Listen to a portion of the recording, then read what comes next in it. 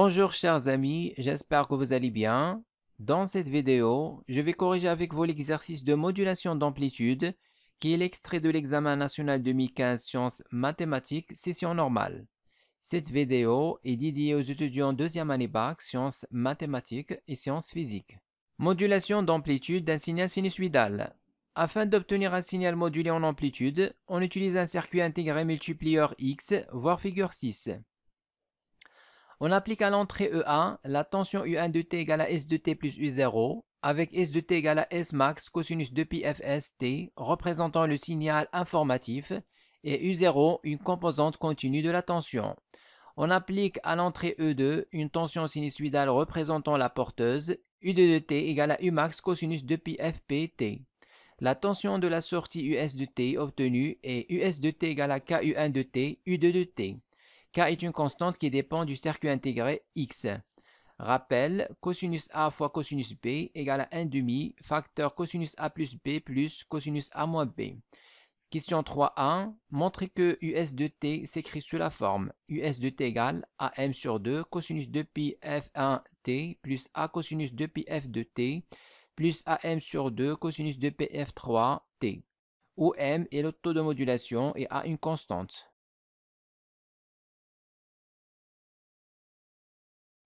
Alors, la tension de sortie US de t s'exprime par K UN de t fois U2 de t.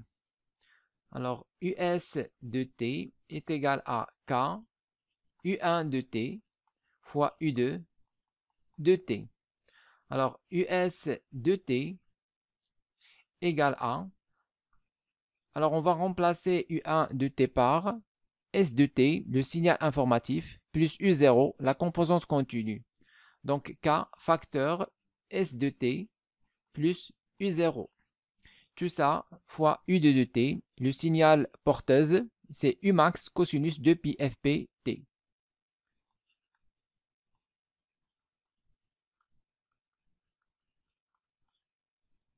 Alors, US de t égale à K.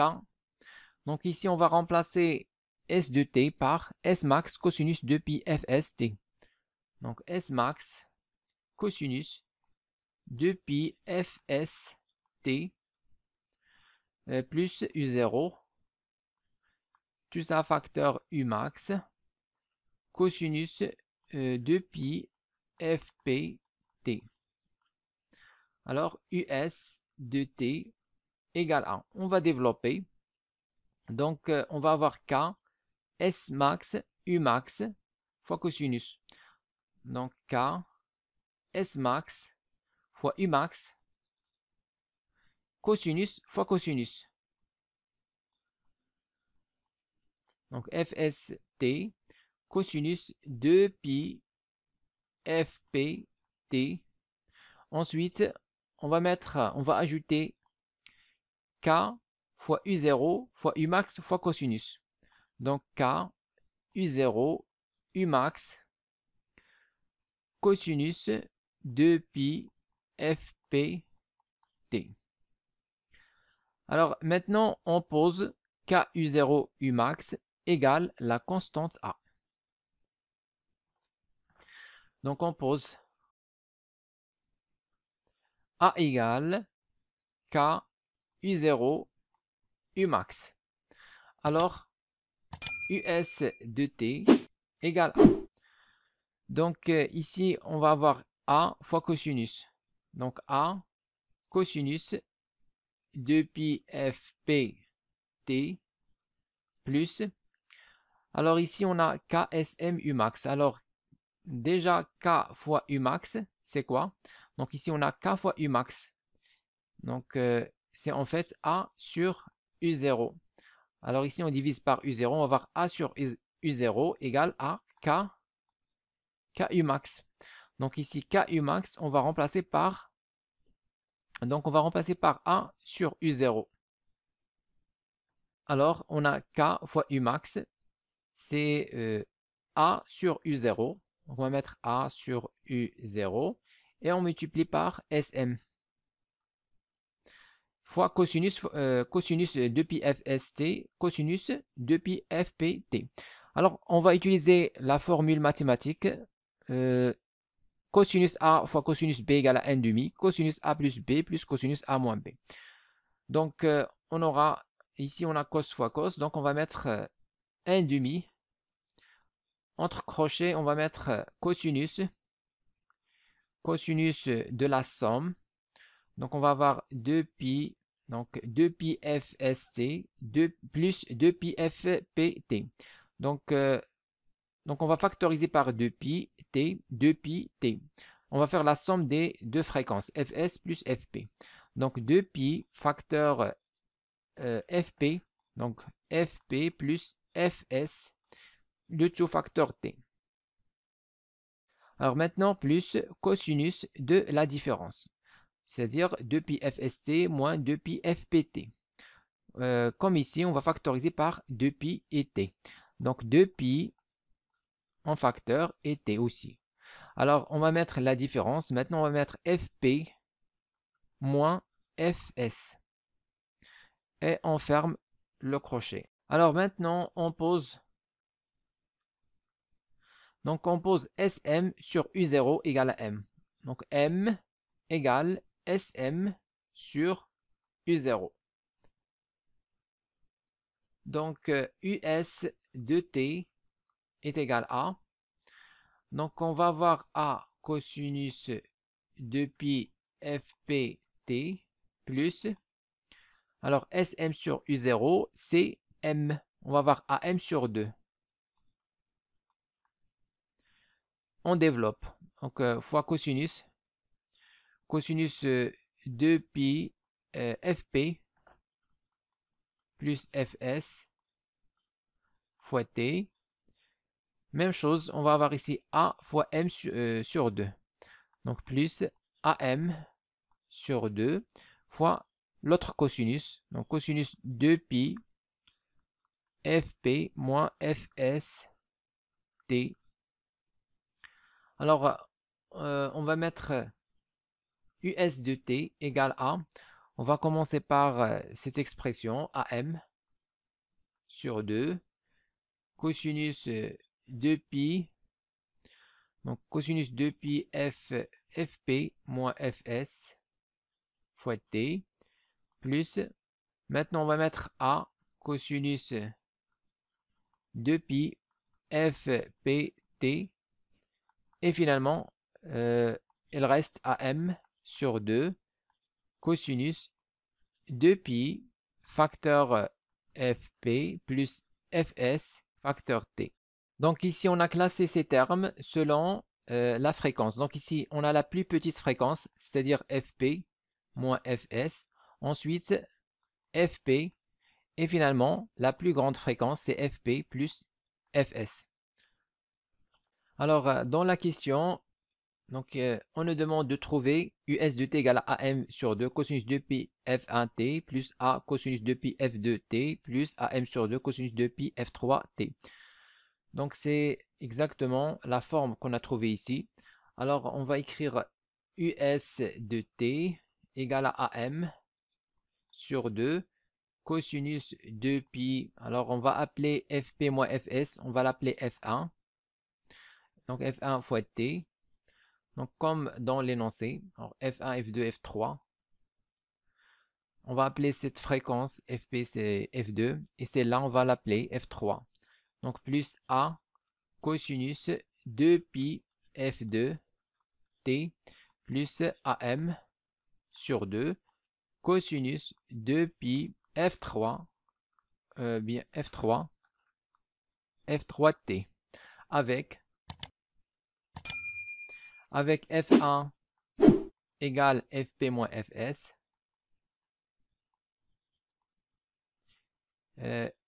Ensuite, avec F2 égale à Fp. Et finalement, F3 égale à Fp plus Fs.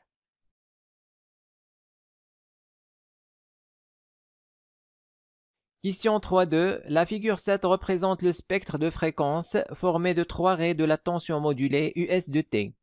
Déterminez M et la fréquence Fs. La modulation est-elle bonne?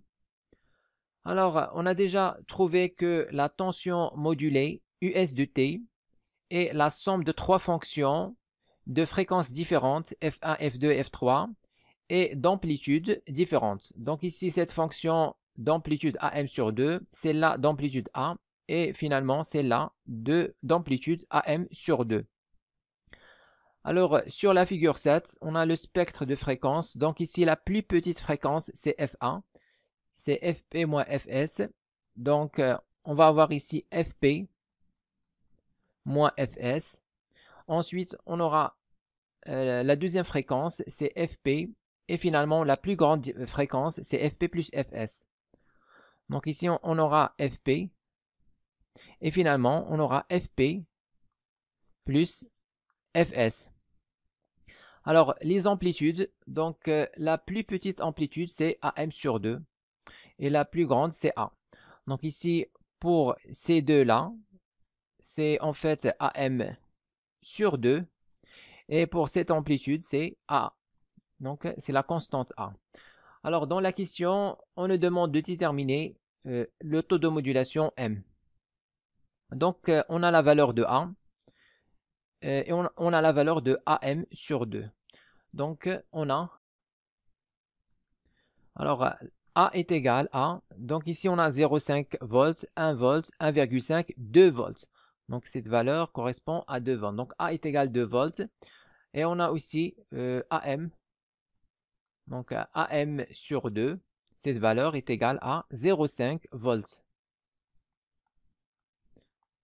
Donc, on tire M. Donc, M égale, on va avoir 2 fois 0,5, c'est 1 sur 1. Donc, M égale, on va avoir 1 sur 2. Donc, ici, on va avoir 1 sur 2, c'est-à-dire M est égal à 0,5. Alors, pour la fréquence Fs, donc ici, Fp, c'est 6 kHz. Alors, Fp moins Fs. Donc, on a Fp. Alors, Fp, la fréquence du signal porteur, c'est 6 kHz. Et Fp moins Fs est égal à 5,5. 5,5 kHz. Donc on déduit Fs. Alors, Fs égale à Fp qui est 6, donc 6 kHz, moins 5,5 kHz. Alors, on déduit que F est égal à 0,5 kHz, qui est aussi 500 Hz. Ensuite, on nous demande est-ce que la modulation est-elle bonne? Alors, M, le taux de modulation M est égal à 0,5. Alors, comme le taux de modulation M est inférieur strictement à 1, alors la modulation est parfaite.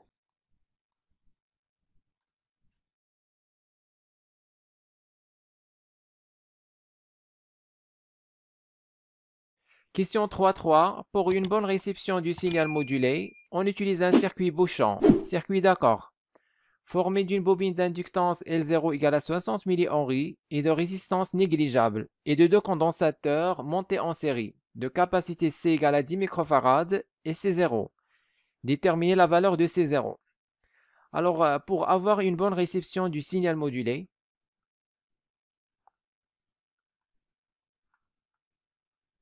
il faut que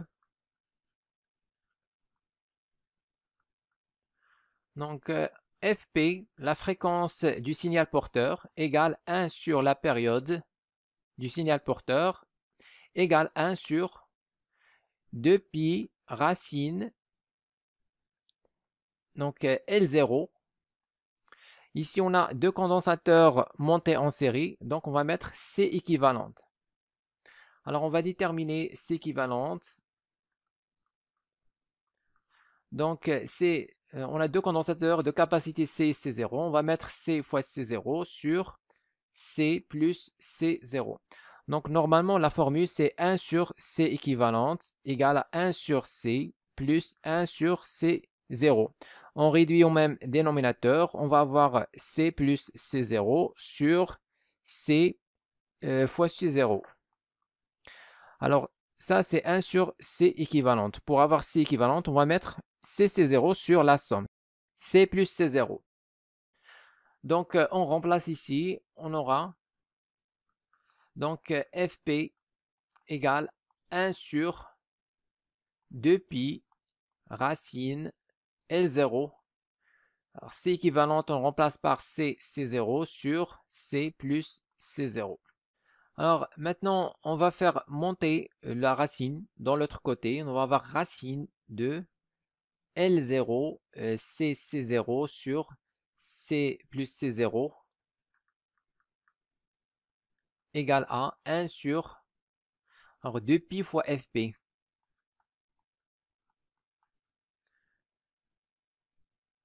Alors maintenant, on va mettre les deux côtés au carré. On va avoir L0, C0 sur C plus C0 égale 1 sur 4pi au carré fois Fp au carré. Alors maintenant, on va effectuer le produit croix. Donc on va mettre L0, C0 fois 4pi au carré Fp au carré égale à 1 fois C plus C0. C'est-à-dire C plus C0. Ensuite, on va faire passer C0 de l'autre côté. Donc, je vais mettre L0 fois C, 4pi au carré Fp au carré, fois C0. Donc, je vais factoriser par C0. Je vais mettre ici moins 1. Alors, le tout facteur C0. Alors, égal à C. Ensuite, on va diviser. Donc, on tire C0. On va diviser par cette expression. Donc, je vais avoir C sur 4pi au carré L0 fois C fois Fp au carré moins 1. Alors, application numérique. Donc, pour C, la valeur de C, c'est 10 microfarads. La valeur de L0, c'est 60 millihenry. Et puis, la valeur de Fp, donc, d'après la figure, ou bien le spectre des fréquences de la figure 7, donc Fp, comme vous voyez ici, c'est 6 kHz, c'est-à-dire 6000 Hz. Donc Fp est égal à 6000 Hz. Donc on remplace, on va avoir C0 égale à, alors C c'est 10 microfarads, donc 10 fois 10 moins 6 sur 4 pi carré. L0 c'est 60 millihenry, donc 70 moins 3, fois C c'est 10 fois 10 moins 6, et puis fois Fp au carré. Alors Fp c'est 6000, donc fois 6000 au carré, et moins 1. Alors on trouve C0 égale à, on trouve 11,74 10 moins 9, c'est-à-dire nanofarad.